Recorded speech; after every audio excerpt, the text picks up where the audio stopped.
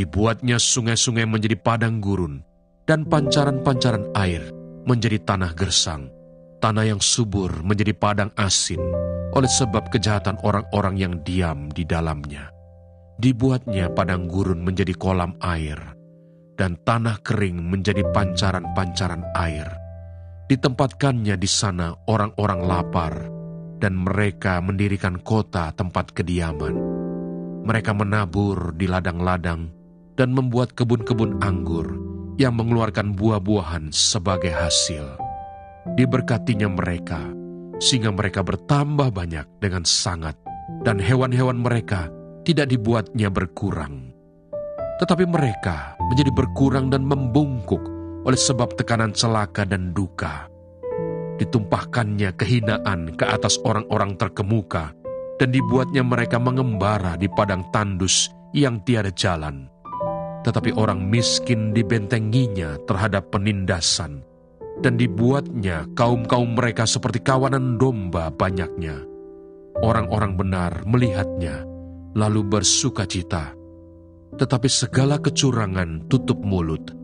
Siapa yang mempunyai hikmat, biarlah ia berpegang pada semuanya ini, dan memperhatikan segala kemurahan Tuhan.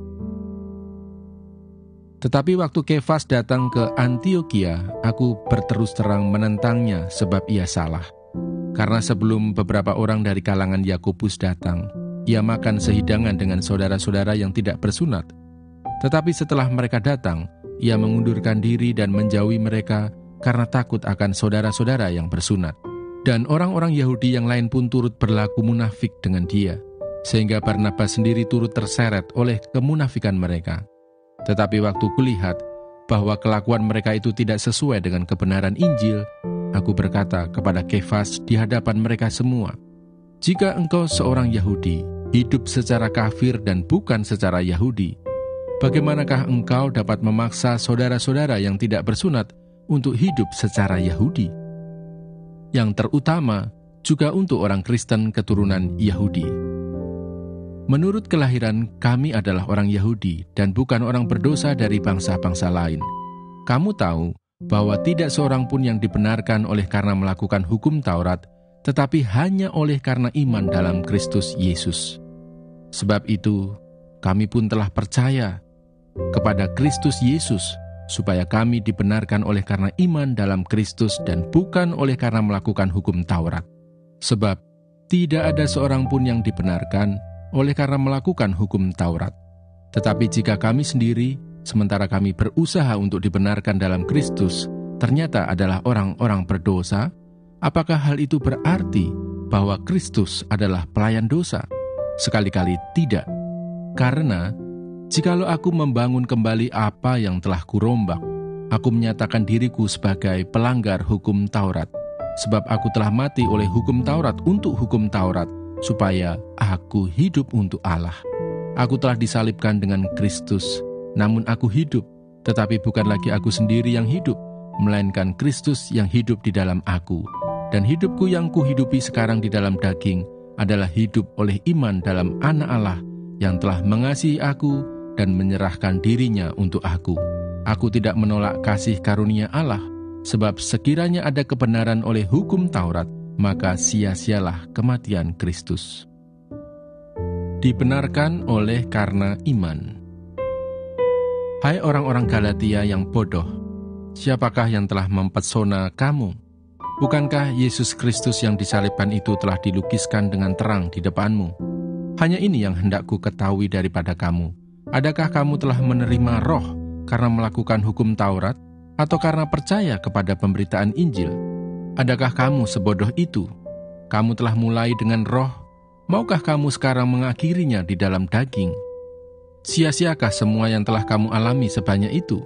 Masakan sia-sia? Jadi bagaimana sekarang? Apakah Ia yang menganugerahkan Roh kepada kamu dengan berlimpah-limpah dan yang melakukan mujizat di antara kamu?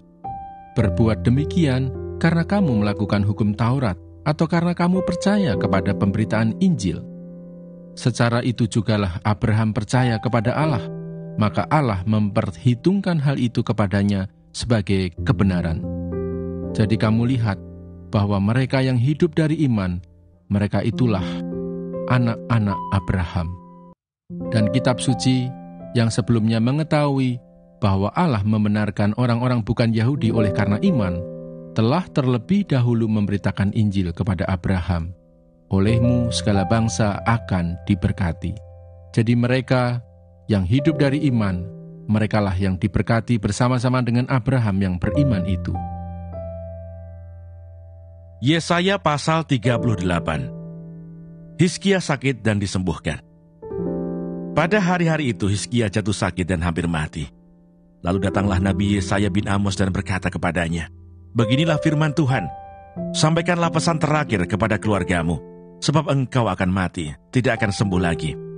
Lalu Hizkia memalingkan mukanya ke arah dinding, dan ia berdoa kepada Tuhan. Ia berkata, "Ah Tuhan, ingatlah kiranya, bahwa aku telah hidup di hadapan-Mu dengan setia dan dengan tulus hati, dan bahwa aku telah melakukan apa yang baik di mata-Mu." Kemudian menangislah Hizkia dengan sangat. Maka berfirmanlah Tuhan kepada Yesaya, "Pergilah dan katakanlah kepada Hizkia, beginilah firman Tuhan Allah Daud, bapa leluhurmu. Telah kudengar doamu dan telah kulihat air matamu.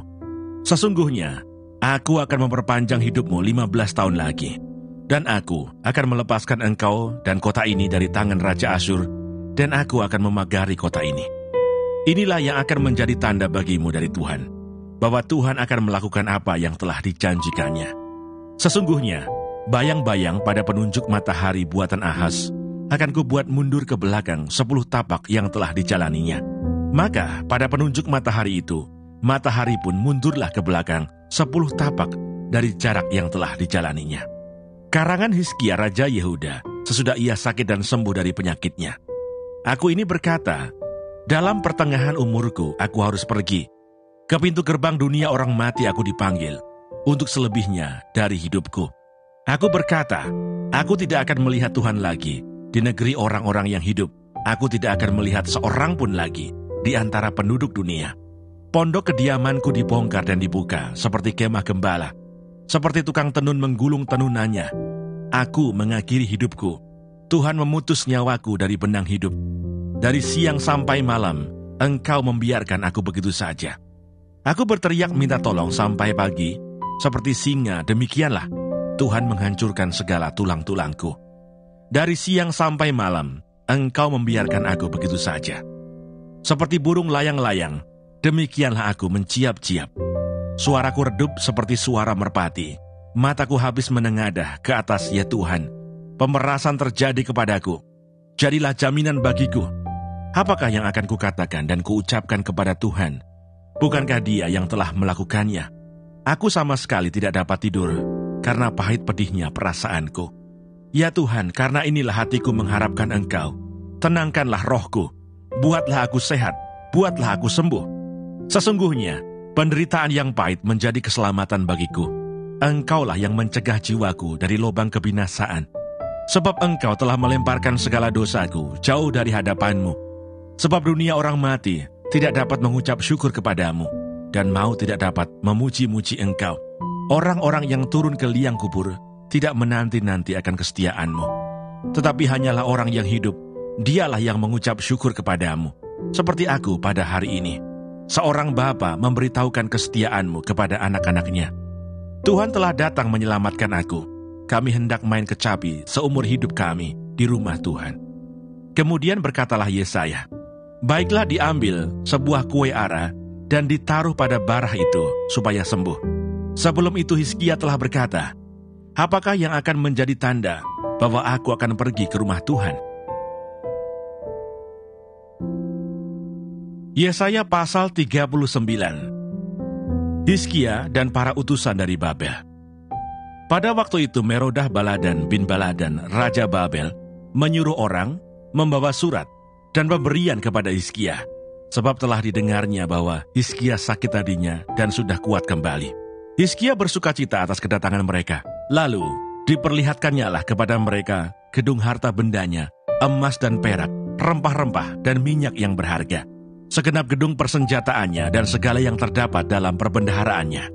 Tidak ada barang yang tidak diperlihatkan Hizkia kepada mereka di istananya dan di seluruh daerah kekuasaannya. Kemudian datanglah Nabi Yesaya kepada Raja Hizkia dan bertanya kepadanya, apakah yang telah dikatakan orang-orang ini, dan dari manakah mereka datang? Jawab Hizkia, mereka datang dari negeri yang jauh, dari Babel. Lalu tanyanya lagi, apakah yang telah dilihat mereka di istanamu? Jawab Hizkia, semua yang ada di istanaku telah mereka lihat. Tidak ada barang yang tidak kuperlihatkan kepada mereka di perbendaharaanku. Lalu Yesaya berkata kepada Hizkia, dengarkanlah firman Tuhan semesta alam. Sesungguhnya, suatu masa akan datang, bahwa segala yang ada dalam istanamu dan yang disimpan oleh nenek moyangmu sampai hari ini akan diangkut ke Babel. Tidak ada barang yang akan ditinggalkan. Demikianlah firman Tuhan. Dan dari keturunanmu yang akan kau peroleh, akan diambil orang untuk menjadi sida-sida di istana Raja Babel.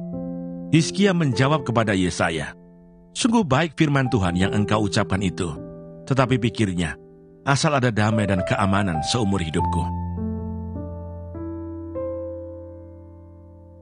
Yesaya pasal 40. Keselamatan untuk bangsa yang di dalam pembuangan. Berita kelepasan. Hiburkanlah umatku, demikian firman Allahmu. Tenangkanlah hati Yerusalem dan serukanlah kepadanya, bahwa perhambaannya sudah berakhir, bahwa kesalahannya telah diampuni. Sebab ia telah menerima hukuman dari tangan Tuhan 2 kali lipat karena segala dosanya. Ada suara yang berseru-seru, persiapkanlah di padang gurun jalan untuk Tuhan. Luruskanlah di padang belantara jalan raya bagi Allah kita. Setiap lembah harus ditutup, dan setiap gunung dan bukit diratakan. Tanah yang berbukit-bukit harus menjadi tanah yang rata, dan tanah yang berlekuk-lekuk menjadi dataran. Maka kemuliaan Tuhan akan dinyatakan, dan seluruh umat manusia akan melihatnya bersama-sama. Sungguh, Tuhan sendiri telah mengatakannya. Ada suara yang berkata, berserulah. Jawabku, apakah yang harus kuserukan? Seluruh umat manusia adalah seperti rumput, dan semua semaraknya seperti bunga di padang. Rumput menjadi kering, bunga menjadi layu, apabila Tuhan menghembusnya dengan nafasnya. Sesungguhnya lah bangsa itu seperti rumput. Rumput menjadi kering, bunga menjadi layu. Tetapi firman Allah kita tetap untuk selama-lamanya. Hai Sion pembawa kabar baik, naiklah ke atas gunung yang tinggi. Hai Yerusalem pembawa kabar baik, nyaringkanlah suaramu kuat-kuat. Nyaringkanlah suaramu, jangan takut. Katakanlah kepada kota-kota Yehuda, lihat, itu Allahmu. Lihat, itu Tuhan Allah. Ia datang dengan kekuatan dan dengan tangannya ia berkuasa. Lihat, mereka yang menjadi upah jerih payahnya ada bersama-sama dia, dan mereka yang diperolehnya berjalan di hadapannya. Seperti seorang gembala, ia menggembalakan kawanan ternaknya dan menghimpunkannya dengan tangannya. Anak-anak domba dipangkunya, induk-induk domba dituntunnya dengan hati-hati. Allah di atas semua Allah. Siapa yang menakar air laut dengan lekuk tangannya dan mengukur langit dengan jengkal, menyukat debu tanah dengan takaran, menimbang gunung-gunung dengan dacing, atau bukit-bukit dengan neraca? Siapa yang dapat mengatur roh Tuhan, atau memberi petunjuk kepadanya sebagai penasihat? Kepada siapa Tuhan meminta nasihat untuk mendapat pengertian? Dan siapa yang mengajar Tuhan untuk menjalankan keadilan? Atau siapa mengajar dia pengetahuan dan memberi dia petunjuk supaya ia bertindak dengan pengertian?